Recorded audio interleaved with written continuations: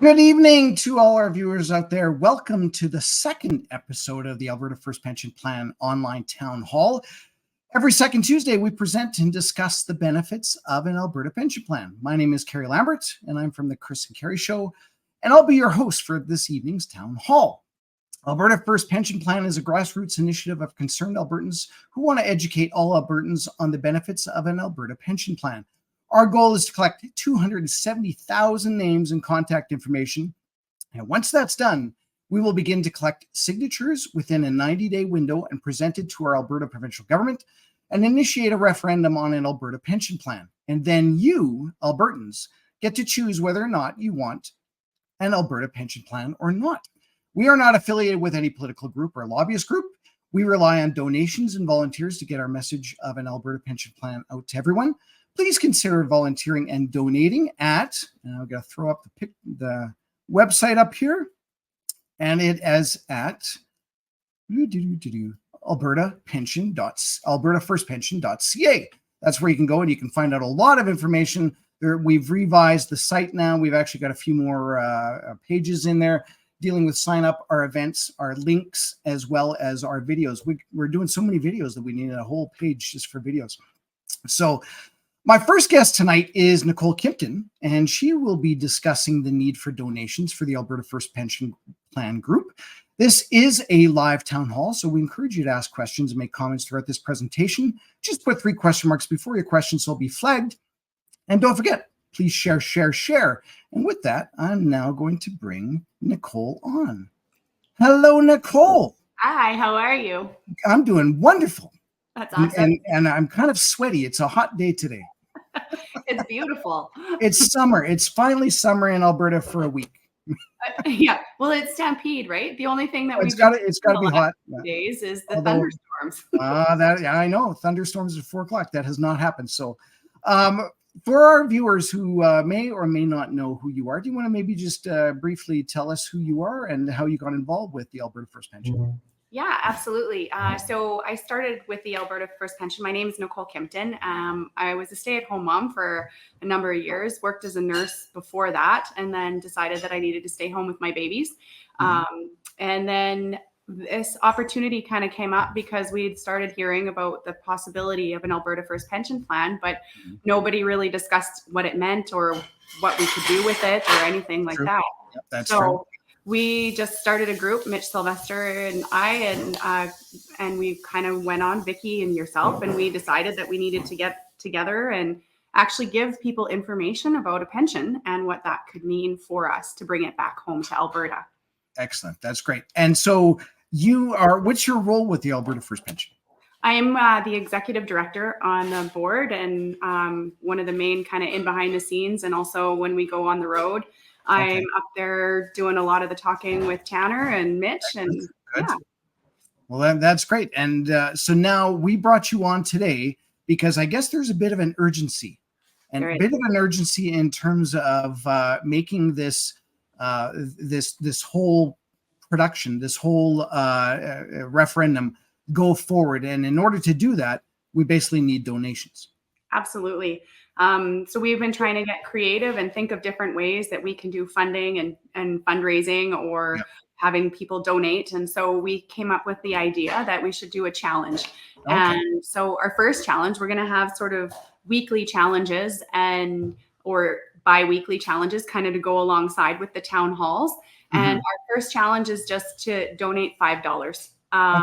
And that would be just a, quick $5 donation. And we need that so that we can do media. We can keep doing these town halls, things like that. Because of course there's costs in behind the scenes. And like you said, we're grassroots. So without donations, we're doing it all without anything. You're right. And even with the Stampede, we were just talking about that, going out into the Stampede breakfast, we have a group of volunteers going out. We're handing out cards that have a QR code in order to get to the website. All that stuff costs money. Absolutely. Right? And that's the thing about anything that we're doing. We are not government funded. We do not receive money from any level of government. We really are a grassroots organization, and it, $5. Like if you're watching this and you want to get involved, $5. hopefully that is not going to break the bank. And honestly, if there's an issue with that, then by all means, but we really want to push this forward. So on the website, we ended up just putting in a weekly challenge button. This will change depending on which week it is. And if you click on the weekly challenge here, it will take you to a page that basically says what the challenge is. This Alberta First grassroots initiative is thriving because of your support. Your financial contribution is crucial. If you want your voice to be heard in a referendum for an Alberta pension plan, we encourage you to take part in our first weekly challenge by donating $5. Our goal is to raise $2,000 in the coming week to help maintain our online presence, which includes expenses for hosting online town halls, website maintenance, promoting our cause on social media. And that is true. Even having this website costs money, right? Absolutely. Together, we will ensure in 2025 that we are asked what we want for our future pension plan, our pension, our choice. And the idea is that you can donate, and you can see this is like brand spanking new, fresh off the press. $0 raised so far, and that's really just because this went live 8 minutes ago. Yeah. And there will be a bar up across the top that will show where we are in terms of our progress. So hopefully, I'm as a social experiment, I'm going to go to the end. I'm going to go back to this page at the very end of this, and let's see if we've at least got a couple of donations. So anything else that you want to bring up right now, Nicole? No, that's everything. Well, then that's great. Well, thank you again. And please keep watching, because I'm riveted. This show is going to be amazing. And because we've got Tanner and Mitch on, and it's going to be a really fun show to do. So thanks again, Nicole, and we will see you soon. Thanks. So with that, yeah, I was just saying about, again, if you can, please donate the $5. And if you do have other questions about it, I'm just going to throw the webs or the email up here. It's just albertafirstpension@gmail.com. If you do have questions in regards to exactly what that money is doing, or the donation, or maybe you don't want to use a credit card, maybe you've got another way of doing it, send us a message. And but the goal, and then we'll compile that money into the $2,000. So that's the idea that we want to do. So the next thing that we want to bring on, of course, is we want to bring on Tanner Hnidey and Mitch Sylvester to talk about tonight's topic. Tonight's topic is, are the Lifeworks Report numbers fake? And if you don't know what I just said in terms of what is Lifeworks, what's the report, what are the numbers, we're going to be talking about that too. And we're going to be showing a video that's done. It's a CBC report. It was done in November of 2023. And it's a segment from Andrew Chang, and it's called About That. And it's an interesting watch, and you'll get to see where your CBC money is going too. So I want to at least do a little bit of rub on that. So with that, I'm going to bring on Tanner and Mitch. Hello, gentlemen. Hey. Hi. How are you? I'm doing quite well, and I just finished saying that I was quite toasty here. It's finally summer in Alberta, and I love it. It's true. My plan was eventually to move to the Caribbean, but if it stayed like this for a lot longer, I'd be here in Alberta. The Caribbean has moved to you, it seems like. Yes, it's true. It's today. So that's great. So I'm going to just I'm going to let Mitch talk for a minute, just in terms of where we are in terms of the Alberta First Pension. Then I want to start this video, and I want to just kind of go through it and dissect it, because Tanner and I talked about this earlier. And there's a lot of videos out there. There's a lot of misinformation out there in terms of, or skewed information even.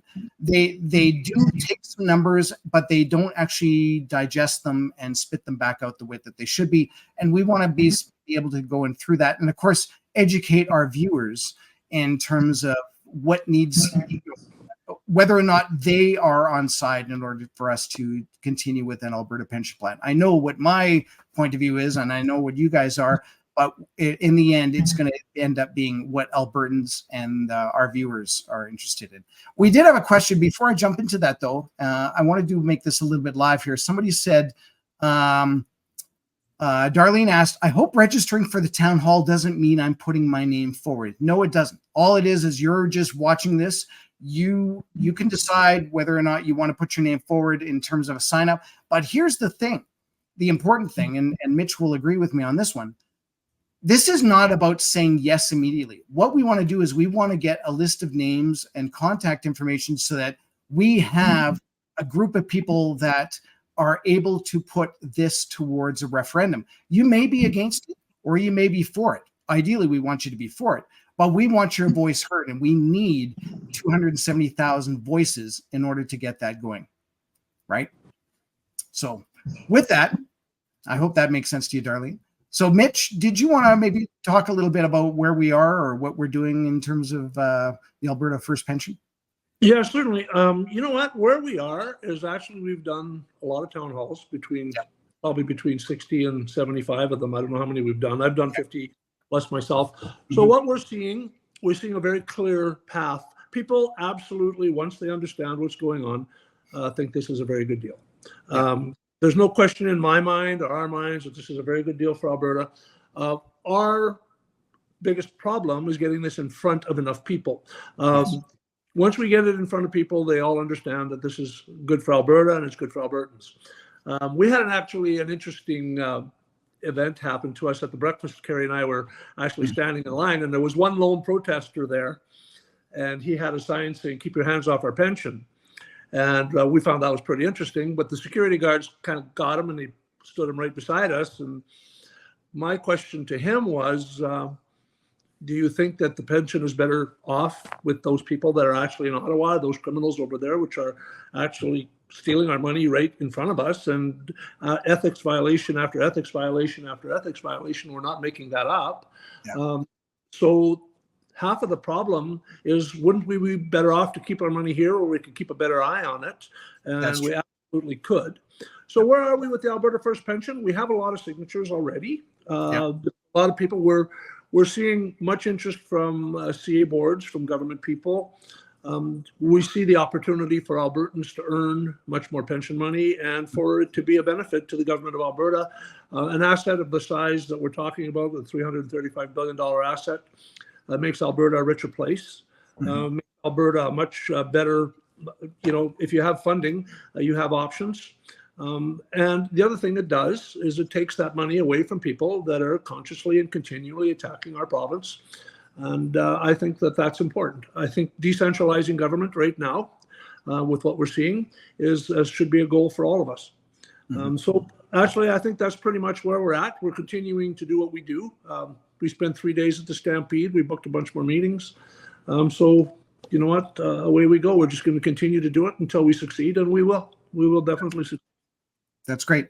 These, just so our viewers do know, this is a series that we're doing on the pension plan, and I think it's important to actually, as much as this is a live webinar, you can ask questions, but eventually this series will be done. We're going to try and do 6, 8, 12 episodes, whatever it takes in order to kind of exhaust the questions, and then we really hope that people will go back and rewatch all these. And hopefully it'll fit all the pieces in the puzzle for you. And it should answer 95 to 99% of the questions for sure. And so that's our goal with these webinars. And again, the idea behind the webinars is it's summer, people are busy, and it's just difficult to get people into a room, especially a hot room in a community hall right now.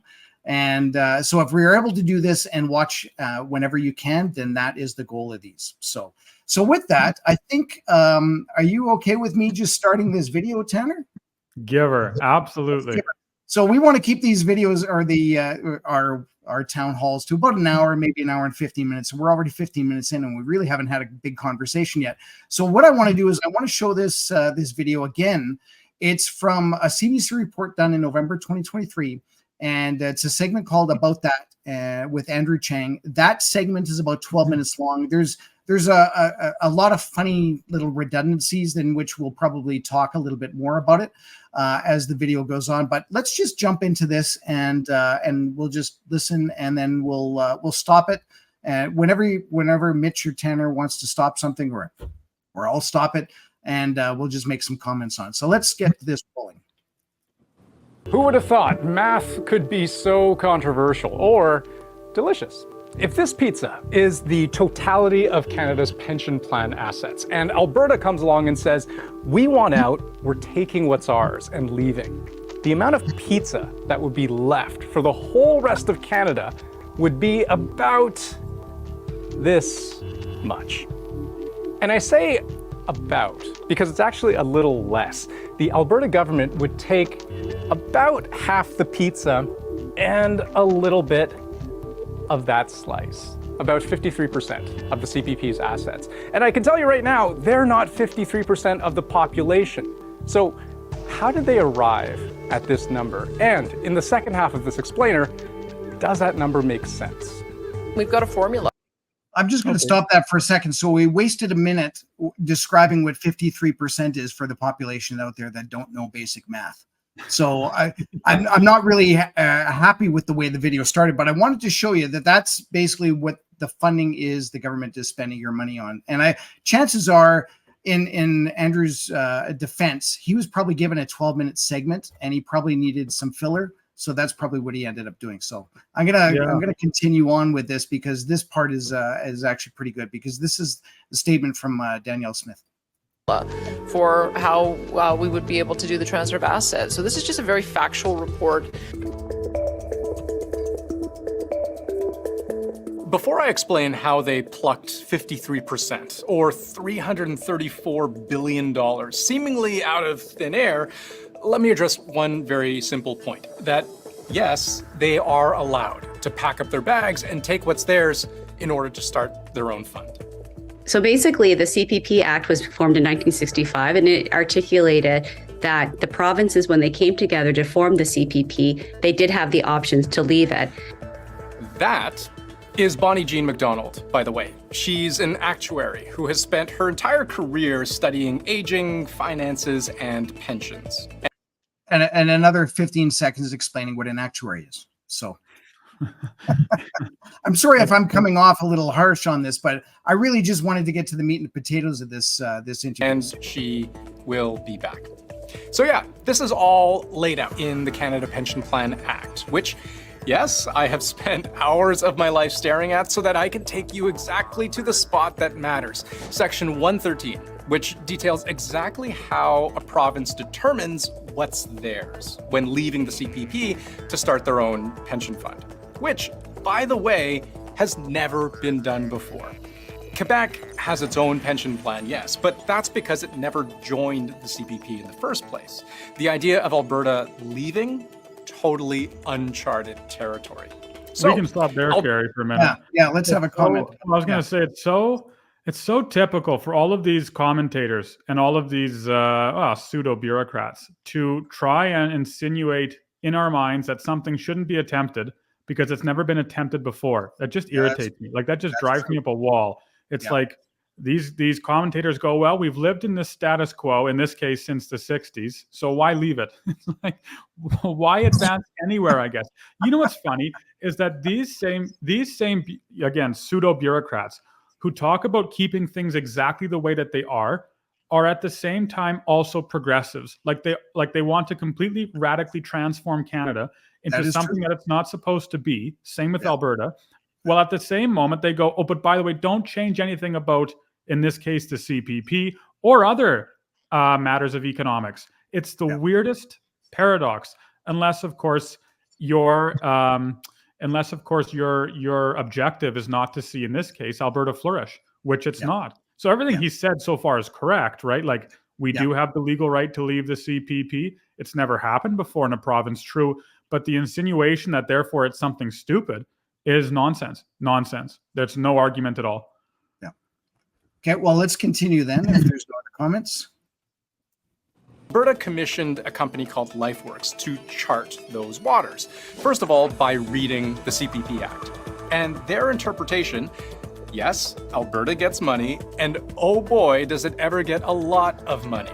$334 billion of a pot that's around $530 billion today. So here's how that works according to this interpretation of the federal legislation. So for those that are watching, I ended up just posting the Lifeworks report in the comments, and unfortunately, it looks like on YouTube it was broken up to a couple of pieces. So I may end up just reposting that separately. But no matter what, I'm trying to do things live so that you can at least have that information as it's shown, and then I'll compile and put a big list of comments of any links that are needed. So So here's the pot of gold totaling about 530 billion with a B dollars. To figure out what Alberta is entitled to, it's allowed to calculate two things. First of all of the money that Albertans have ever contributed to the pot. So whenever you get your paycheck, there are deductions, right? Last year, if you were employed, you paid a percentage of your pensionable earnings into the CPP, and your employer matched that. So if you take the sum total of what, let me use red here, if you take the sum total of what all Albertans have chipped in, working Albertans, since 1966, when we all basically started contributing, that's a big chunk of money, about $163 billion over about half a century, and they want it back. But what's more, for 50 plus years, that money wasn't just sitting between some couch cushions, right? That money was making money, being invested. And so, according to the Lifeworks study, Albertans should get those profits back too. All of those years of compound interest on $163 billion, Alberta is owed all of that. Now, of course, Albertans were also paid out benefits, right, over these years. So they would have been drawing from the CPP actual pension dollars that would have to go back into the pot, deducted from what they paid in. But at the end of the day, this is how you arrive at Alberta's supposed take-home share of $334 billion. All of the money that they put in, plus all... Stop that there. Stop that there. So the formula is clear. He understands that the formula is clear. I understand the formula is clear. This is a very, very important point here. The formula is clear. It wasn't designed by Alberta. They made the deal going in. Ontario was the people that wanted to make this deal because they were the big player at the time and they didn't want to get screwed. They decided to leave. The number is very clear. The number is 334 billion. That's not Alberta. They didn't put that in. The Lifeworks report was done by people that actually studied this number, did not want to release this number because this is a very big number and it's a lot of money. It's not Alberta's fault that that's the formula. However, because that is the formula, that's what Alberta is owed. So it should be very, very clear that that number is real. That number is the absolute number that they have to come out with. They'll have to break the law or break the contract to change that number. So that's what I want everybody to understand. That number is a clear number. There's no, as far as we're concerned, we're not seeing much dispute. The federal government has been late again on providing this number because they also understand that that's the correct number. Mm-hmm. So just moving forward from that number is the real number. So people from Alberta should understand that that is due to us should we choose to go get it. And that's the okay. Right. Tanner, do you have any comments on that? You know, can you switch between tabs, Kerry, easily or no? If not, that's okay. But if you can, yes, and theory. What do you want? Well, I actually put in the chat just a link to that actual section 113. Okay. That he's talking about. Okay. Just to show, just to show where he's getting that formula from, because Mitch is right. It's a clear formula. Everyone agrees that this is the formula. If you scroll down, Kerry, to section 2, it says amount to be paid to the government of province. There it is. Yep, there it is. So this is where the CBC pulls that calculation from, and it's accurate. So we have, when a province wants to leave the CPP, it is owed a certain sum of money from the CPP. How do we determine how much the province is owed? Well, you, in section A, take the total amount of all contributions credited to the CPP account from that province, and you add it to the part in section B of the net investment return of the investment board and all interest credited to or accrued to the credit of the Canada Pension Plan account and the additional pension plan account that is derived from the contributions referred to in paragraph A. Now that word derived is causing a bit of, what would you call it? A little bit of kerfluffa, where you have different governments arguing about what that word derived means. Even different economists are arguing about that word derived and when the CPP started investing and so on. But nevertheless, you add those two things together and then you subtract the amounts paid, this is in section C, as or on accounts of benefits. So how much has Alberta been paid, and then minus some administrative costs. So the formula is relatively easy. The wording in the formula is sloppy, and that's typical of government. If you want to go back to the video, that's perfect. It's typical of government because, well, as Mitch mentioned, it at least gives them a bit of an opening to try and maneuver around giving Alberta what it seems Alberta is owed. You see, you know it, and I know, and everyone knows that lawyers will battle this out and say, well, this word means this and that word means that. And the federal government, should Alberta leave the Canadian Pension Plan, will work its hardest to see that we get as little as possible, trying to manipulate that language. So it just goes to show that when you have your own Alberta Pension Plan, you have to make the wording so precise so that there isn't room for liberal interpretation when push comes to shove. Okay, I'm going to go back to the video, and they do make a reference to if Alberta takes their chunk that's owed, and let's hypothetically say Ontario decides to do the same thing. When you add those two numbers together, they get over 100%, and we'll talk a little bit more about that when that shows up. That money made being invested, less whatever they've pulled out in benefits.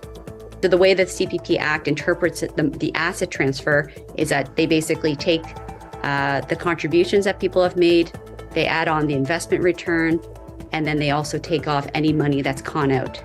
So that all sounds pretty logical, right?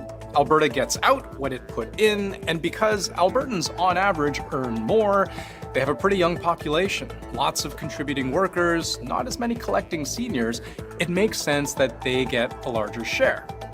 Or does it? So the Lifeworks just didn't have the data to basically do this calculation thoroughly. So there are a couple of red flags that tell actuaries like Bonnie Jean that something is off here. Because consider this, if both Alberta and Ontario, let's say, left the pension plan and took what's owed to them using this methodology, there would literally be nothing left in the CPP. Both Alberta and Ontario are net contributors. So them taking their share leaves the rest of the country with $0, which doesn't seem right. And apparently, if you do the math for every province pulling out of the CPP and taking what's rightfully theirs, you end up needing something like 900% of what's actually in the fund today. So let's find the disconnect, starting with the idea that Alberta is entitled to all the money its money made. Some of them. Did you want to make any comment about that yet, Tanner? Yeah, it's nonsense. Like, this is like, I don't what the formula is the formula. Like, and if the government screwed that up when they drafted the legislation, when they drafted the act, that's on them. Like, the formula is clear. And that's exactly what I would have said, is that so when they came up with this formula back in 1965, the first pensioners withdrew in 1966, and we've had the discussion already that this is really a pay-as-you-go plan, right? If $1 billion goes into the plan, chances are almost $1 billion goes out to the pensioners that need it right now, and there's only a small portion that's actually invested. But again, Alberta puts in, and we're younger, we may not have as putting more money in because of higher wages. We may not have the older population that's withdrawing. So in other words, maybe Atlantic Canada or other provinces are taking out the portion that we would be, right?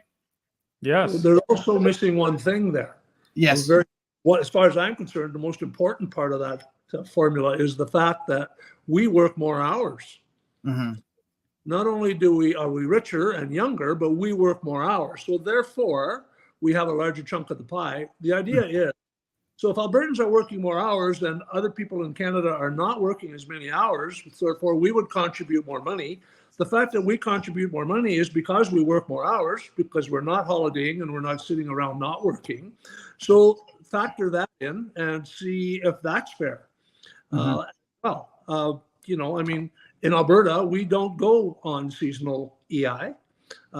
We don't do any of that kind of stuff. So we tend to work more than 40 hours a week here. I mean, we have a lot of our population leave home, go live in camps, earn large amounts of money. But the price for that is they're gone away from home, and all that factors in. Everybody in the country has that option. They can come down here and work more hours and be away from home for long periods of time. And they'll see that the reason that those people get paid more money is because they're not home. And that's one of the big reasons why we over-contribute or contribute more, because that's what it takes to get the job done. You have to pay these people more money, and they have to work hours while they're there. Well, Tanner, I was going to ask you the question, is that true that not only do we work more, but do we actually contribute more? Like, what is the average contribution per year that someone contributes? And on average, does Alberta contribute more than that? Right. Well, so as far as what percentage of your paycheck does the CPP take? That's the same in Alberta as it is in Saskatchewan and PEI and Ontario, right? It's 5.95% of your paycheck, and then of course your employer matches that up to a certain amount of income. So that's the same. But yeah, like Mitch mentioned, because we work more and because we make more money on the average, and because we're a more work more, make more money, and earn more, or excuse me, work more, make more money, and work longer hours and so on, and we're younger, we do contribute on the average more than other provinces do per capita. Absolutely.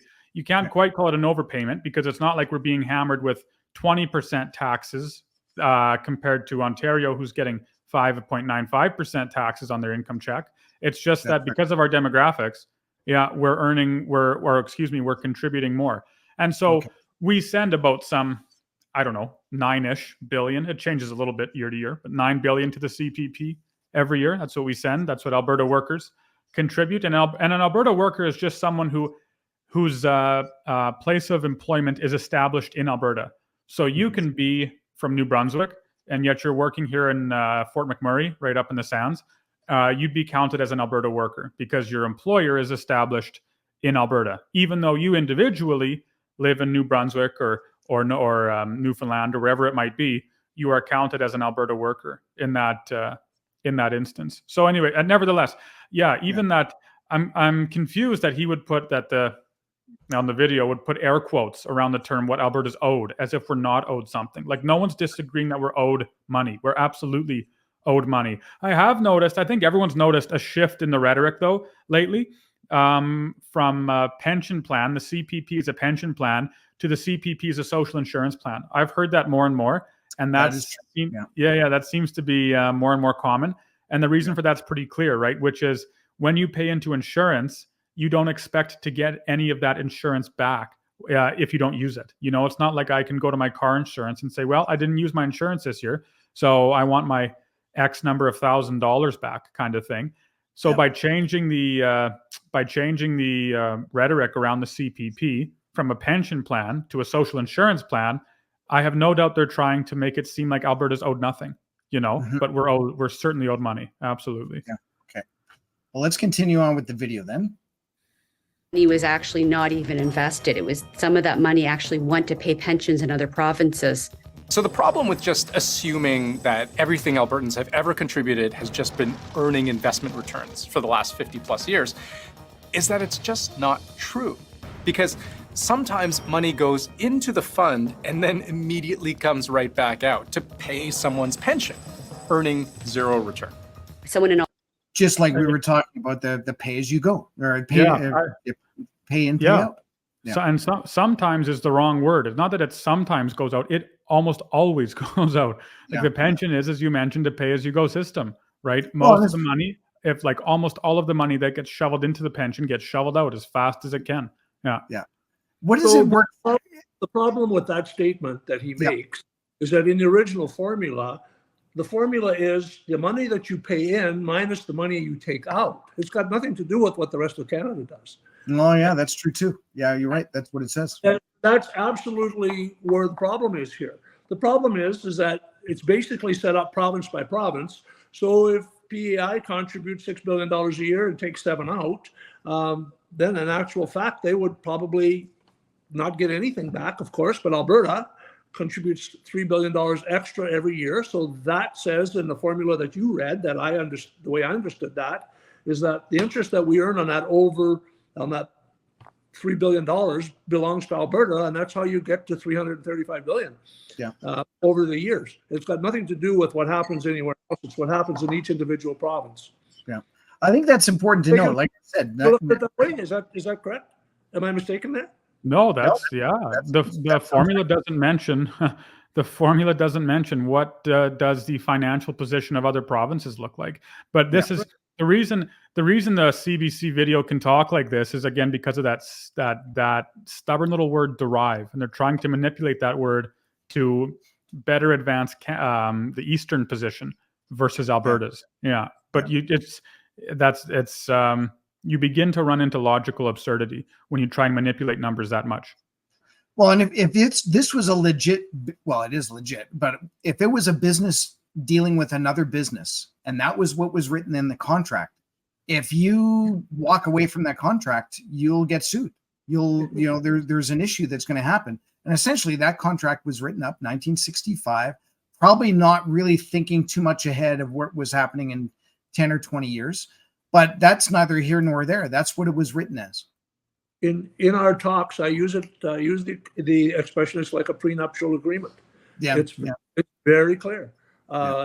It's absolutely the way it is, and unfortunately for other parts of the country, that is the way it is, and it would be fortunate for Alberta. And we already make extensive transfer payments. Like, it's not as if Alberta doesn't pay. They don't use Alberta money to do other things. The EI is an example.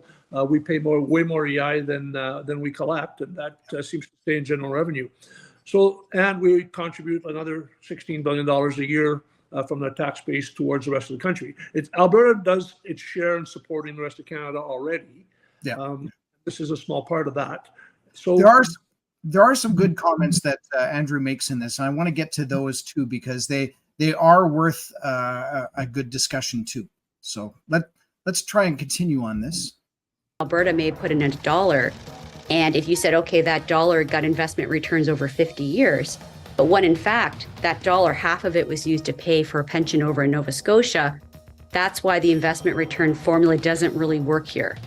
The Lifeworks study actually has this chart showing the nominal rates of return on all of Alberta's share of contributions over the years. So, of course, if you add that up, you end up with a huge number, when, according to experts in the field, the actual calculation that you need to do is so much more nuanced than that. You have to track where dollars are actually going, what's being invested, what's being paid out, as opposed to just making these huge sweeping assumptions that every dollar in somehow earns compound interest for 50 years. Just the formula itself it's not the way pension actuaries usually treat this topic. So that's the first problem. Problem number 2 isn't about bad math, it's about bad data.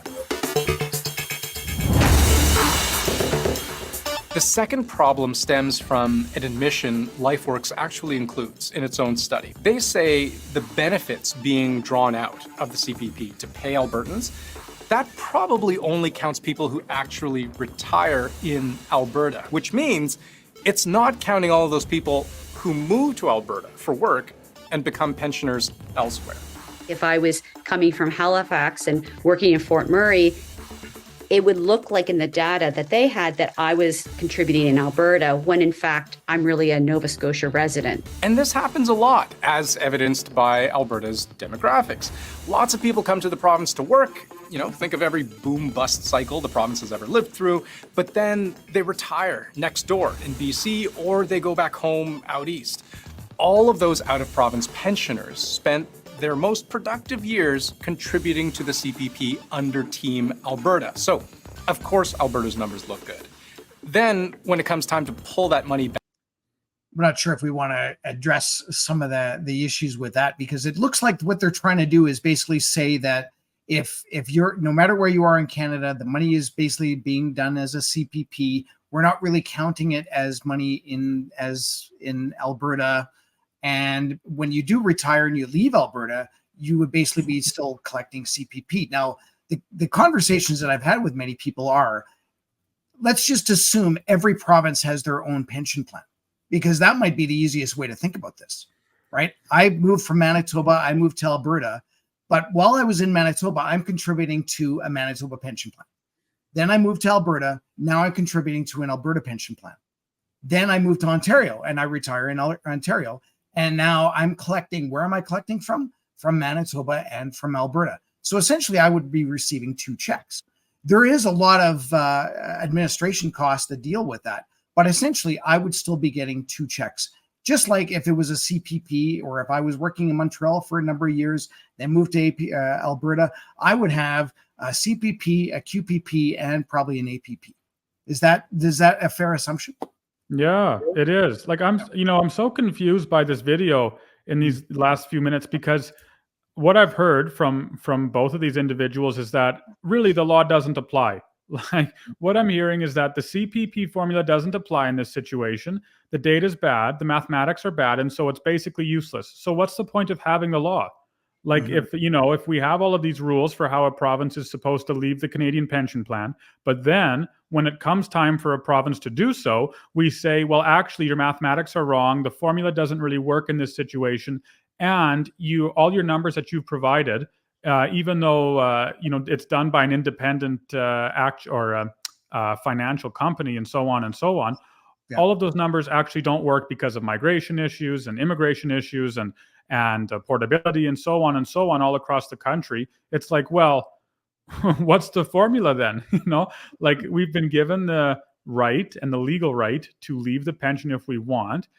It's been laid out, or there is a roadmap that tells us how to do so. But then when we try to use that roadmap, CBC and so on says, no, actually you can't do so. So it's like, what are we supposed to do? Yeah. Nevertheless, the CPP is clear. Yeah, when you are working in Alberta, even if you're from Quebec, you are considered an Alberta, or wherever, Ontario, Saskatchewan, you are considered an Alberta worker and are contributing, therefore, under Alberta's numbers, right? Your CPP contributions come in as Alberta contributions. But I think it's a dubious claim to act like the majority of Albertans or Alberta workers retire in other provinces. Like you have that in some cases, of course, but a lot of people stay here.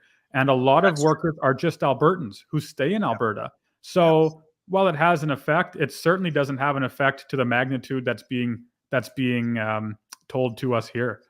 Yeah, that's true. Okay, well, let's continue on here. All of those out-of-province pensioners spent their most productive years contributing to the CPP under Team Alberta. So, of course, Alberta's numbers look good. Then, when it comes time to pull that money back out as a pension, Lifeworks says it just doesn't know how much of that to trace back to Alberta being a drain on the CPP. Lifeworks notes additional refinements may be needed for an actual final calculation to reflect the payments to individuals who migrated to or from Alberta following a retirement or who had a period of employment in Alberta. So that's the kind of data that they wouldn't be able to capture. And because there were so many migrant workers, that could make a really huge difference to calculating this. So the government has not come back even to say, we're looking at the numbers, but based upon such and such and our interpretation, this is where we're going to be giving you a number in May or June. They have not even come back and said anything about that, have they? No, exactly right. And so they say the data, even with the migration issue, the data is not being made available. Well, whose fault is that? Like, again, what are companies like Lifeworks and so on supposed to do? You can't find the data. So it's presumably either government can't find the data either, in which case we're stuck, right? Like then you just have to go on as you've been because there's no data to support otherwise. Or they do have the data and they're not telling us what the truth is. So in either situation or in either case, right, it demands some sort of clarity from government. And all we've received from government is anything but clarity. It's been so opaque. They've been so muddy about the entire thing. Yeah. So are we to understand, and there's another thing that's not included in that. So if you work in Alberta and live in Alberta for 25 years and you move to another province, while you were working here, you were an Albertan, no matter how you slice that. And they're not going to explain to me, and that happens all the time. She referred to Fort McMurray.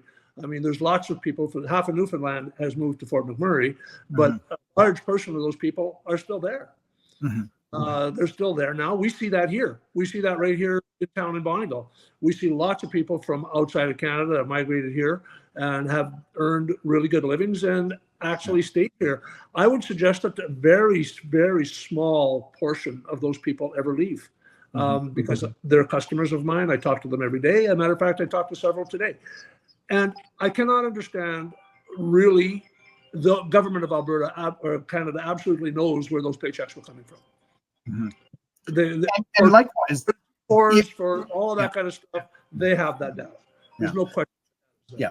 And I was going to basically say, even if they were workers were coming from Newfoundland, as an example, they're working here, say 6 months, they're paying taxes. Are they paying Alberta tax or are they paying Newfoundland tax?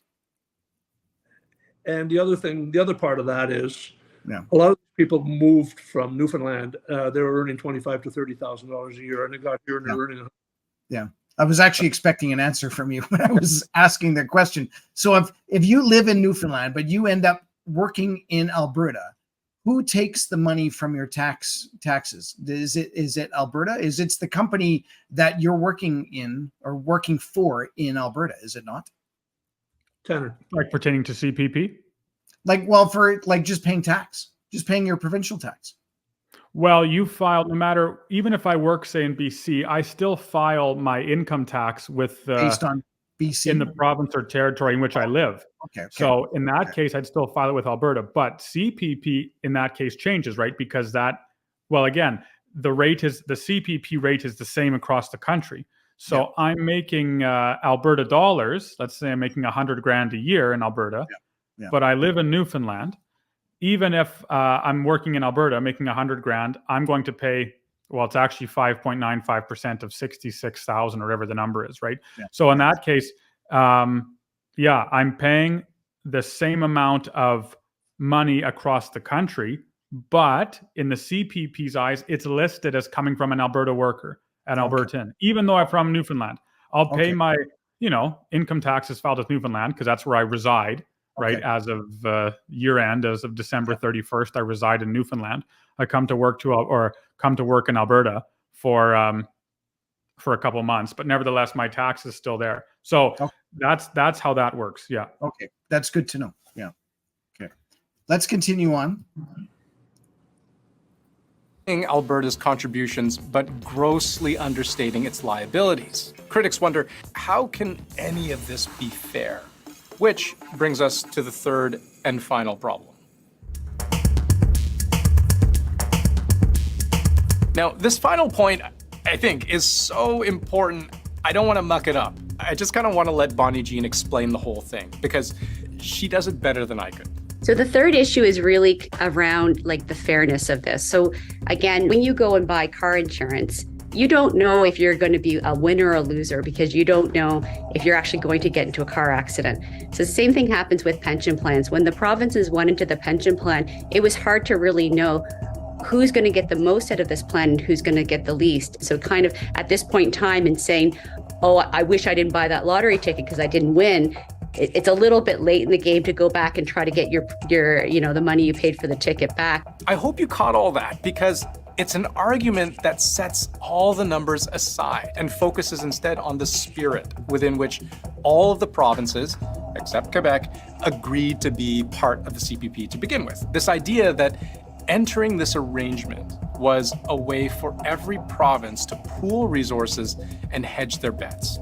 So sure, some provinces will contribute more and some less, but individually, every Canadian contributes the same percentage of their pensionable earnings. So to retroactively lump all the net contributors together and say, aha, the rest of you owe us, that can feel to some, unfair. So again, to then... This is a nonsensical argument. We're not saying that the rest of the country owes us anything. We're saying that we are owed what we deserve, what we put into the pension plan. Like you notice already, there's the insurance rhetoric, that this is just a game of insurance. And the insurance is you're going to get old one day and you're going to need help making ends meet. So in this case, you are forced to buy insurance, the Canadian Pension Plan. And if you get old, if you need it, then the insurance will pay you out. Very minimally, I might add, but they'll pay you out a little bit of money. But then it's not a pension plan. It's an insurance plan. So call it that. Right. Don't call it the Canadian Pension Plan. Don't try and pull the wool over our eyes. Call it an insurance plan. Call it for what it is. No, if it's a pension plan, then we're owed money. this idea also of national unity is nonsense, right? You know, we hear often how Alberta is so selfish for wanting to start its own pension plan. Alberta is so selfish for wanting to leave the Canadian pension plan. And it's like, once upon a time, there was a great king, a very great king. He's a very large king. And this king traveled, as all other great kings did, across the country. He traveled by sitting on a little cushion, and then he had 4 servants pick him up with poles. You know how they used to do that? And then they'd walk around wherever he wanted. One servant in the front left corner, he held the front left portion of the pole. One day realized that he could get a job somewhere else and earn double the amount of money that he was working for the king. He could go get a job somewhere else, earn double the amount he was earning working for the king, and so he could provide for his family far better than what he was working for the king, holding up this pole as he traveled around. So the servant decides to do so. And as he's leaving the palace, the king starts shouting obscenities and talks about how selfish the servant is and how dare he leave the king without someone to hold up the left side of the pole, and how evil it was for this servant to want to provide for his family better than what he otherwise could working for the king. And it's like, who's selfish in that instance? Is it the king who's selfish, or is it the servant? And it's like, it's clearly the king. Clearly the king is selfish. And so it's like, what's the king's name? The Eastern elite. It's like, that's the Eastern Bloc. Here you have Alberta, and other provinces for that matter, holding up this mighty machine in the East. But now we have an opportunity before us to earn a better life for ourselves in our old age, and to increase the standard of living for our grandparents and our soon-to-be grandparents, and so on and so on.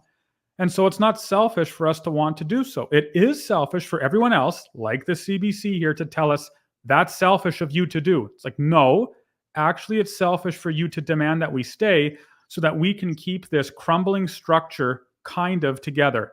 And even then, it looks terrible. So I completely reject that argument. I think it's garbage. It's a bad argument. Bad argument. Okay, well, let's continue on here. To go into a social contract and then later to say, oh no, I didn't get as much as you did. Retroactively, let's change things. That's the part that kind of I think bothers the expert. So that's where we. Social contract. Contract is the key word there. Yeah. So the whole thing is that there's. Whoops. Well, yeah. She actually identifies it, that it is a contract. Yeah. And as per the terms of the contract, they owe us $335 billion. That's the contract. Yeah. And we're again, it's legal for us to leave. That's written also in the contract. This is not can you imagine writing a contract with another group or another company, and you exist in that contract for a while, and then you say, well, it's time for me to leave. And the other company goes, no, we had a social contract. And you go, no, we don't actually, or we didn't. Instead, you have a contract here that says I can leave this agreement whenever I want, and it's not wrong for me to do so. So what, are you going to go to court and say, actually, judge, we had an unspoken social contract? That's not going to hold up. It's our right to leave if we wish, if we want to do so. And no appeal to pathos or ethos or any of those things can deter that legal ability to leave. And the beauty of this contract is that it was Ontario that wrote it. Yeah. This isn't originating in Alberta here. This was the East that made this contract to look after themselves, and then it actually benefits Alberta, totally by accident, I'm sure, because if they had thought that it would benefit Alberta in any way, shape, or form, they would have not had it written the way it was. Yeah. So just understanding that this government and the East hasn't done Alberta many favors, if any favors, in the last 10 or 15, 20 years, 30 years, starting with the National Energy Program and going forward. Yeah. Okay, well, let's continue on here. We have, on the one hand, one study suggesting a formula for which the Alberta government can and should extract more than half of the country's pension plan assets. And on the other hand, we have basically the rest of the country saying, hold on, that's not all yours. But I should add, this is far from a done deal. Even Alberta's government says it's only exploring the idea and would put it to a referendum before doing anything else. And Albertans themselves are very divided on whether pulling out of the CPP is a good idea, because going in alone when times are good doesn't seem that risky. But when things go sour, risk that doesn't spread evenly can be very painful. Once again, that was Edward Chang, CBC, about that. So what's your comment about if things went sour here in Alberta? I would imagine they could go sour across Canada. It's not like we're investing only in Alberta projects for an APP. We'd be investing all over the world, just like the CPP Investment Board would be doing.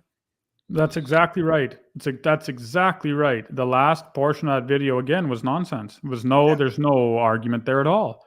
What he says, is it to be insinuated that if we had our own Alberta pension plan, every single dollar would go to Alberta Oil? It's like, no. Instead, you'd have an independent pension manager or managers investing as other independent managers do right now. You'd be investing all over the world to, as was mentioned, try and mitigate risk. And so that if one investment does go sour, the other ones won't.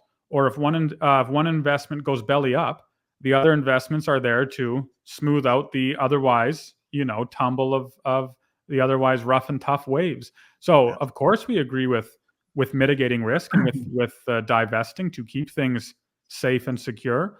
But we also want to profit maximize, to earn as much money as possible for individuals who are going to retire one day. And so you have to balance out the two. The final, the comment there also about how Alberta says it's owed something, but the rest of the provinces say, well, wait a second, we're not so sure. Again, isn't lawful. Like I'm actually stunned at this entire video, because the whole commentary is trying to say the CPP Act doesn't matter, the law doesn't matter. Instead, what matters is what we, as people who are settled in the East, want. That's what matters. It doesn't matter what the law says. It doesn't matter that the law doesn't require any agreement of 7 out of 10 provinces or what might have you for Alberta to leave the CPP. That doesn't matter, they say. No, what matters is that we agree to it or not agree to it. And it's like, that isn't the law. That isn't the law. So it's a stunning video that reveals the temperature of the federal bureaucracy and champions of that bureaucracy pertaining to an Alberta pension plan. They hate the idea. They hate it, right? They despise it because they know what it would look like for Alberta and what it would look like for the rest of the country. Seeing Alberta flourish like that, it would be a devastating hit for the CPP. Mm-hmm. So also, at the very beginning of the video, he said that Alberta should be paid 20%. That's what they said, right? Yeah. 20% of where we're at is $120 billion. Okay, so just do the math on $120 billion based on whatever historical interest rates have been, say 8%. That's $10 billion a year in interest. Our seniors collect $6 billion in interest right now. That's not including a contribution. Yeah. How safe is the Alberta Pension Plan based on that? Our economy could drop 40% and we'd still make the $6 billion payment. Yeah. What's the definition of a recession, Tanner? How many percentage would it have to drop to be? Oh, yeah, it's actually over. I don't know the number off the top of my head, but it's over a period of months. That's what you have to. It's not. It's like 4, 5, 6, 8%. Yeah, and it takes. I think it's what is it? 4 quarters? Is that what it is? Anyways, a couple quarters. I think more. It has to be quarters in a row. That's right. Yeah, that's right. It can't be a break. That's right. Yeah. So what would happen? What would happen is if our economy went down 2 or 3 or 4%, 3 or 4 quarters in a row, that's considered a recession. Yeah. We are not always in recession. So even if it drops 10 or 12%, our contribution would still be 40% more than we're taking. Yeah, you're right. We're still putting in that. Plus, the $120 billion would be sitting there as an asset, accumulating interest in addition to that. This is the safest pension plan there could ever be. Yeah. Like, it's way safer than the CPP that's already there. Mm-hmm. There's absolutely no question Alberta would benefit tremendously, even at their 20% number, which is as small as they could possibly imagine that number being. Yeah. So moving forward, as far as being risky is concerned, Alberta Pension Plan would be the safest pension plan probably anywhere. I'm going to jump to a couple of questions here. Sherry's asked a couple, and absolutely she should get her questions asked here. He basically said, Andrew said, basically put it that if Alberta leaves, Atlantic Canada may not get their CPP. Yeah, well, you'd have to see, depending on how much Alberta was given from the Canadian Pension Plan, the rest of the country would see contribution rates fluctuate. So if Alberta gets, 20%, like Mitch was saying there, then the contribution rates don't fluctuate. The CPP wouldn't be as stable, obviously, as it is right now, or as secure, but the contribution rates wouldn't change. There's a cushion built into the CPP so that if there is, in this case, a disaster, Alberta leaving, it can absorb the shock of that disaster. If instead Alberta does receive its $330-some billion, then the contribution rates would have to change in the CPP for CPP contributors or those who are being taxed to keep it at a level of security that is tolerable for chief actuaries or the chief actuary and so on. But yeah, So right. He's So right. Is that actually the case? If they had a 330, say we take $335 billion and they have, let's just for round numbers, say they had a $300 billion asset, they continue to contribute. That asset continues to would earn interest. Yeah. They'd have I don't know, $24 billion in interest there. They may not have to touch that principal. I don't know what the numbers are for Atlantic Canada, but whatever they contribute, that fund would still earn interest and they may not have to change anything at all. There's absolutely no reason why Atlantic Canada couldn't pull from the fund that's already there or use the interest that's already there to top up their CPP contributions or to their benefits. Yeah. No, and you're right. The number I get there is from Trevor Toom. I think Kerry actually did a video with it on him. But if you did decide to increase contribution rates by 1%, it would be to satisfy the current shock absorbing numbers and so on that are in the CPP right now. If you were found to be quote unquote a bit riskier, then you wouldn't have to change it presumably, or by not as much. But if you wanted to keep the same amount of stability as what security in the case of a disaster is what you have now, then you'd increase it a little bit. But either way, it's not the 20% increase kind of thing that we're hearing from other activists and so on. They make it sound like if Alberta left, the entire country with the CPP would immediately come crumbling down, which if it was the case, proves that the CPP is not as secure as they're telling us it is. Or if it's not the case, then those on the left are fear-mongering, which is the case.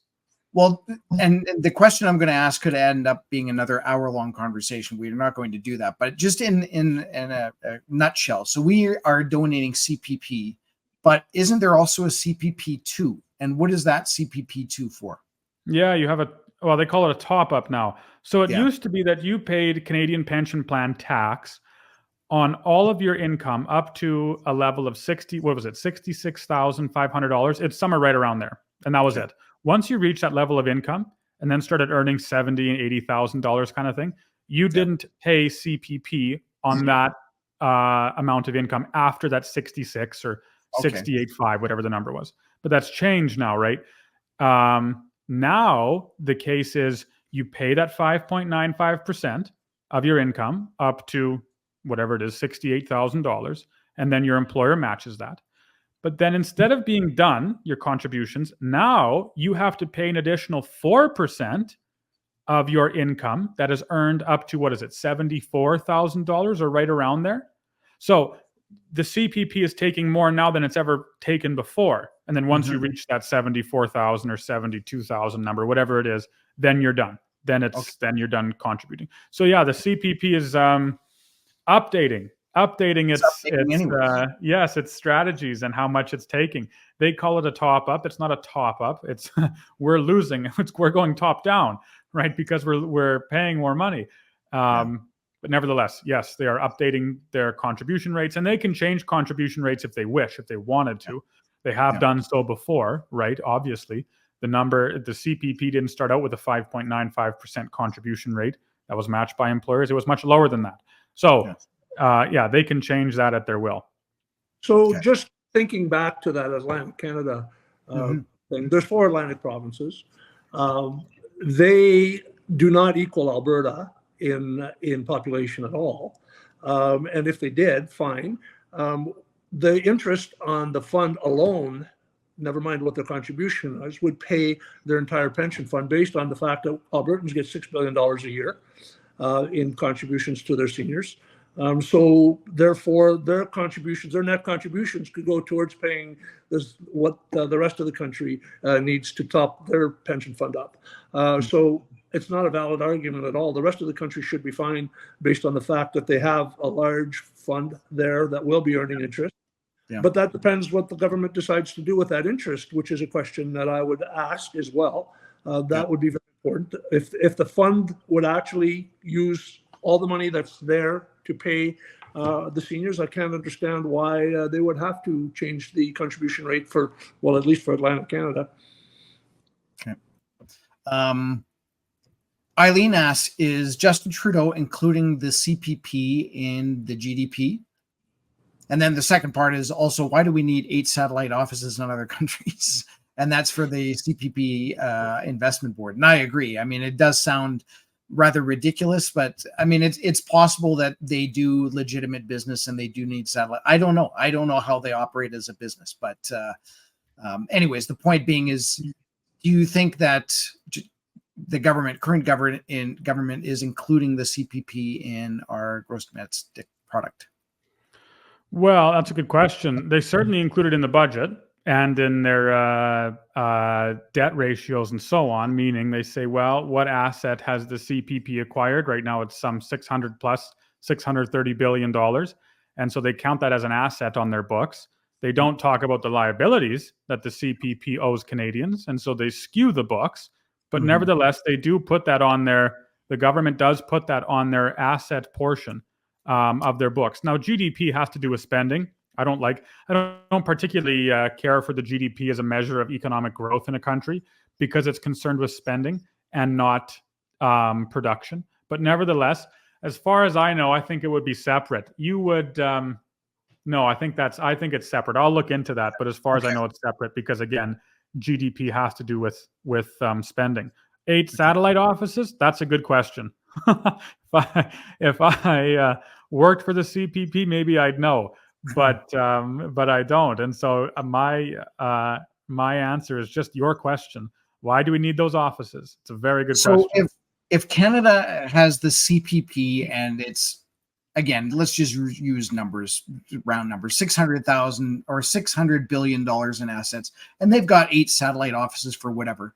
If we end up getting 300 of that into Alberta, would we also need satellite offices due to our investments? Like maybe we would need half the number of offices. Like, again, to me, it's kind of a moot point because we don't really know what we would be investing in. And likewise, we would have our own investment board. And you know, people have said to me, well, I don't want to give my money to AIMCO. And again, I want to quash that idea that we would be starting this idea from scratch. Like, it has never been done before. We wouldn't be giving it to the same groups, the same, we would have 3 years to put this together as Albertans. And it's not just this group of people in front of your screen here that are doing this. No, we just want the idea out there so that we get the Albertan advantage brought back to Alberta, and we're able to use this money to benefit all Albertans in terms of a pension fund. Tanner, what's it cost to administer that fund? Is it I recall $5 billion? Yeah, 4.4 billion. How much is it? 4.4 billion. So let's just say 1% of it. That's what, 8%? 7%? Yeah, well, no, 6 billion would be 1%. So, yeah. But no, Grant, now be careful because that number doesn't explicitly include transaction costs and other hidden fees. The CPP is very good about hiding those. And so when you look at just the explicit costs of running the fund, they go, well, we are one of the cheapest funds in the world to run relative to our asset size. But when you account for transaction cost and other costs that are hidden from the public eye, the situation changes very drastically. And we realize that the CPP becomes much more expensive to run than what they're letting on. Nevertheless, let's say it's 4.4 billion. That's the number that we're given. That's up 1,000-fold from the year 2000. 1,000-fold. It's a huge increase. Yeah. Wow. Okay. Massive. And a couple more questions. The statement, the CPP needs to be put into the SP 500. Well, like as in like, what do you mean the CPP is investing in? The CPP does invest in equities and so on. Like I that, would imagine you you know, would have to. yeah. And back to that question about the CPP and GDP. The CPP invests money in Canada, then it would go towards GDP because it would be stimulating the economy. That's So true too. that's maybe a more accurate answer to that first point. But nevertheless, yeah, it's I mean, the CPP is a massive pension fund. It's huge as far as asset numbers are concerned. Considering other pensions around the world, the CPP is definitely one of the larger ones. Absolutely. But that's not to say an Alberta pension plan would be small, right? When you think of the share of asset that we are owed, the Alberta pension plan would more than hold its own as well. Yes, absolutely. Now, I'm just going to kind of make a statement here. So I used to do military contract work back in the late 90s, early 2000s. And our contract was worth $3 billion. And then we had an extension of another $2 billion. So $5 billion. We're talking about CPP having an investment or a what do you want to call it? A big chunk of money, $600 billion. $5 billion, we couldn't even spend it. $600 billion is a number that is so large that most people cannot wrap their head around it, right? And even the interest off of that, like I said, even Mitch said, that interest would probably pay any current pension plan that is needed for any particular province for sure, right? So even if Alberta did take away half of the money, and then, of course, the argument would be, well, what happens if Ontario takes theirs or whatever? But the amount of interest on that is staggering. It's absolutely staggering. Yes. So, yeah. Just a statement I wanted to say, because it really is like, we talk about $1 billion as though they're $100. Like, it's not. Like, it is so much money, you can't even spend it fast enough. Yeah. It's true. Yeah. The government tries their hardest to spend it as fast as they can. That they do. Yes, exactly. I'm going to do one more, Sherry. And if, again, we'll wrap this up. If anybody does have any last minute questions, please put them in. Probably don't even have to put the 3 question marks because I can probably find it. Sherry says, I can tell you lots of people who moved from the East Coast to work in Alberta years ago are not retiring in their home provinces. So they're not, they're moving from Nova Scotia. They're not retiring in Nova Scotia. Myself and my husband just built our retirement home in Alberta, and we have family doing the same. So again, the CBC video that basically said, we're coming to Alberta to work and then we're leaving, I don't think that's entirely true. Yeah. Yes, or it's certainly not. You can't. An argument from silence isn't an argument. Like they don't provide any numbers that tell us what exactly that net migration or whatever it might be is. They just make the assumption, and we're supposed to take it as true. And it's like, well, what are the numbers? Tell us if you're going to make that statement. Yeah. So any last minute comments about anything we've talked about tonight? Again, we've got more of these episodes. We're going to be covering a lot of different topics, and hopefully we'll touch on the topic that you're most concerned about as a viewer. But any last mentions or last words for this episode? Not from me. Self-explanatory. Nope.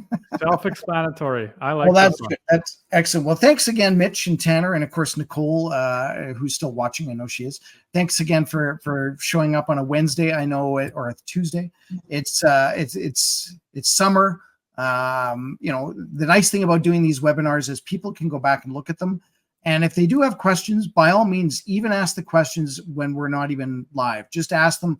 We'll go back. I went back last night, looked at a couple of the questions that were posted from the previous week, and then we would address some of the issues on the Tuesday. We'll be doing the exact same thing for the next one that's on Tuesday, the July 23rd. And with that, I do want to say one more thing.